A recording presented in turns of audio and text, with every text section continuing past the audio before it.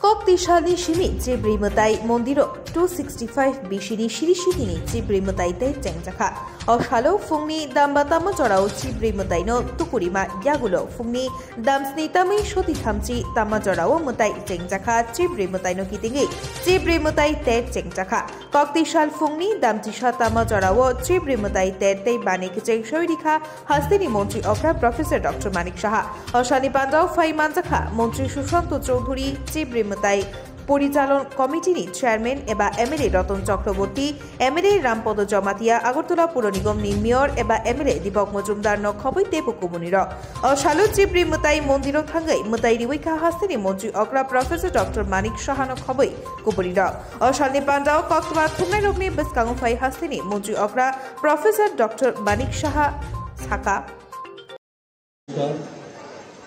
এবং শুভ সকাল যতনা খুলঙ্কা আজকের এখানে খার্চি উৎসব 2024-এ চতুর্দশ দেবতার বাড়িতে যে পুরাতন আগরতলা এবং এই ঐতিহ্যপূর্ণ যে খার্চি উৎসব তাকে সামনে রেখে আমাদের মাঝে উপস্থিত আছেন আজকের এই অনুষ্ঠানের যিনি সভাপতিত্ব করছেন এবং এই খার্চি পূজা মেলার যিনি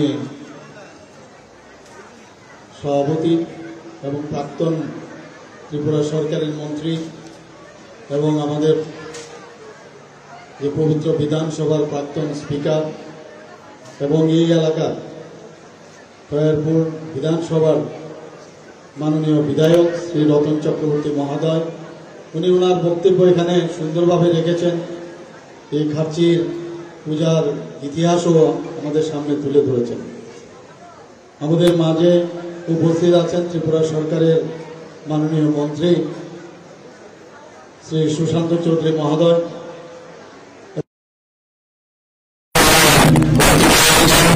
উনিও বিস্তারিত আলোচনা এখানে রাখছেন আমাদের ত্রিপুরা সরকারের প্রাক্তন মন্ত্রী এবং মাননীয় বিধায়ক শ্রী রামপদ জমাতিয়া মহোদয় তাছাড়া আমাদের মাঝে উপস্থিত আছেন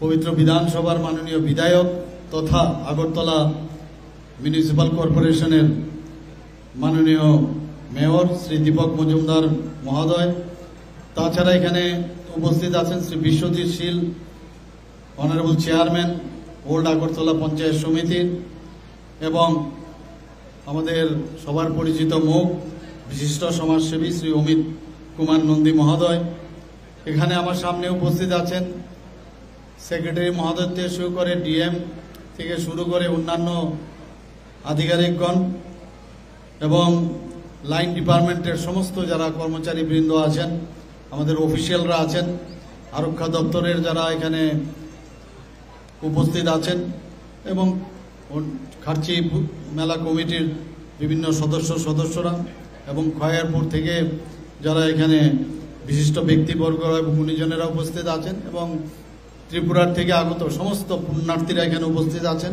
এবং বিশেষ করে যারা এখানে সাংবাদিক বন্ধুরা আছেন সবাইকে আমি আজকের এই সুন্দর খার্চি উৎসব উপলক্ষে সবাইকে আমি হার্দিক অভিনন্দন ও শুভেচ্ছা জানাচ্ছি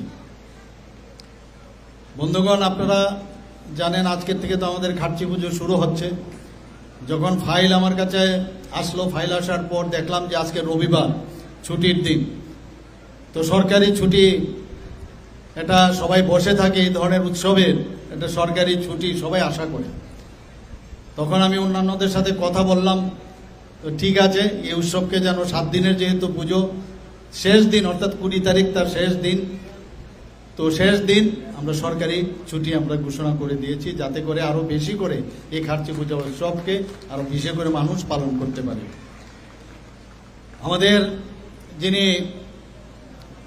এই এলাকার মাননীয় বিধায়ক রতন দা আমাকে যখন প্রথম বললেন যে এখানে কিন্তু এত তারিখ অনেক দিন ধরে উনি বলছিলেন যে এই পূজা উপলক্ষে কিন্তু তোমার আসতে হবে তা আমি বলেছি নিশ্চয়ই আসবো কারণ এর আগেও আমি দুবার এখানে এসেছি তো এবারও ঠিক করেছি আসবো কিন্তু হঠাৎ করে ডাক আসলো কোথাও যেতেই হবে কোনো অবস্থায় সেটাকে মানে অ্যাভয়েড করা যাবে না কিন্তু যাই হোক যেটা রতনদা এখানে বলেছেন যে চতুর্দশ দেবতার টানেই হোক এখানে সেই যে প্রোগ্রাম সেটা আমি বাতিল করতে পেরেছি। এবং সত্যি বলতে কি আমি এখানে এসে অত্যন্ত আমার আনন্দিত, আমি অত্যন্ত আনন্দ ভোগ করছি যে এখানে আমি আবার আসতে পেরেছি। এর জন্য আমি রতনদা এবং ওনার কমিটির সমস্ত সদস্যদের আমি ধন্যবাদ দেব।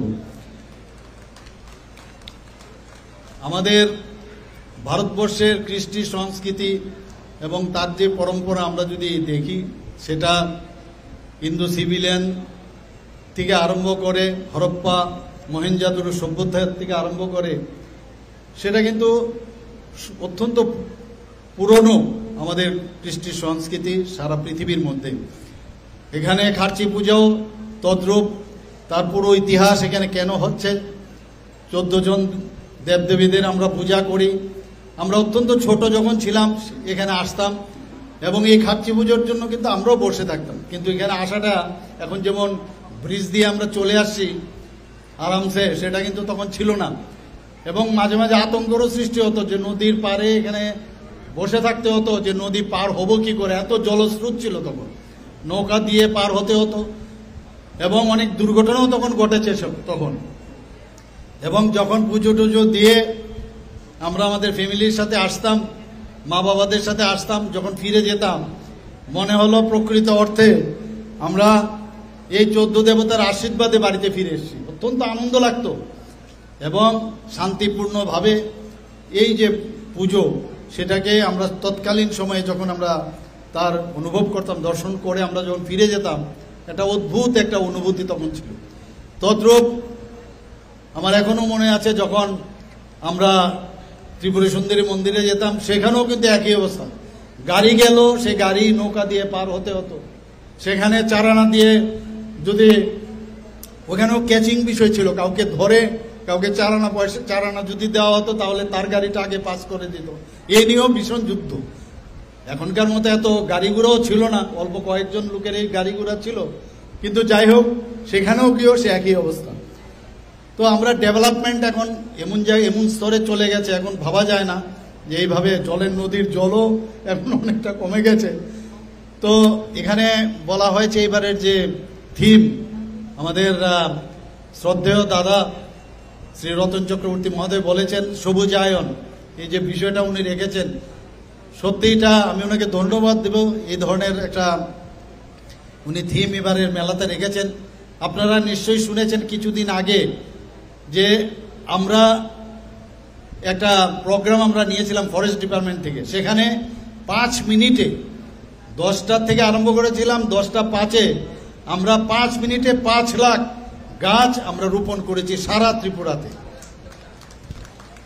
এবং আমি জানি না অন্যান্য প্রদেশে সেটা সম্ভব হয়েছে কিনা।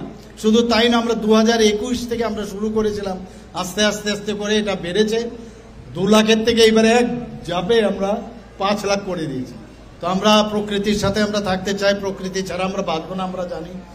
সিম্বায়োসিস পদ্ধতিতে আমাদের জীবনযাপন করতে হবে।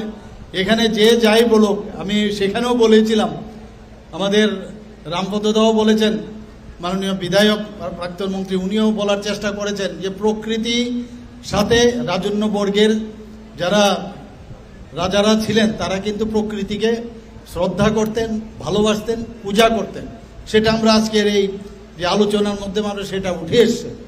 আমরাও সেই দিশায় আমরা চলছি, আমাদের মাননীয় প্রধানমন্ত্রীজিও সেই দিশায় চলেন।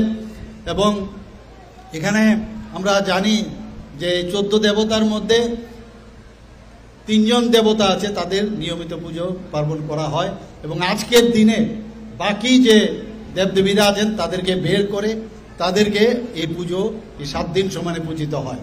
তো সেইগুলোর ইতিহাস আমরা আমাদের যে নেক্সট জেনারেশন আছে তাদেরকে আমাদের বলতে হবে, ওনাদের জানাতে হবে যে পূর্ণ বয়াব যে মূর্তি সেটা কিন্তু এখানে পূজিত হয় না, শুধু মস্তকের এখানে পুজো হয়। এবং সেটা অষ্টধাতুর মূর্তি, এবং সেটাকে আমরা পূজা করি। এবং সেইগুলো আমাদের এই যে পরম্পরা আমরা তখনই বাঁচাতে পারবো যদি আমাদের নেক্সট জেনারেশন তাদেরকে আমরা সমস্ত ইতিহাস আমরা খুলে ধরি। এবং আজকে এখানে যারা উপস্থিত আছেন, জাতি জনজাতি সবাইকে আমি বলবো আমাদের মধ্যে এই ধরনের যে মেলা, এই ধরনের যে সংস্কৃতি, এই ধরনের যে পরম্পরা, সেটাকে আমরা একসাথে যদি এই মেলাতে যে মেলবন্ধন হয়, আমরা এই জাতি জনজাতির যে আমাদের ভ্রাতৃত্ববোধ সেটা আরও সুদৃঢ় হবে। এবং এই যে খার্চি উৎসব উপলক্ষে সবাইকে আমি হার্দিক অভিনন্দন ও শুভেচ্ছা জানিয়ে আমি আমার বক্তব্য এখানে শেষ করছি। নমস্কার, জয় হিন্দ।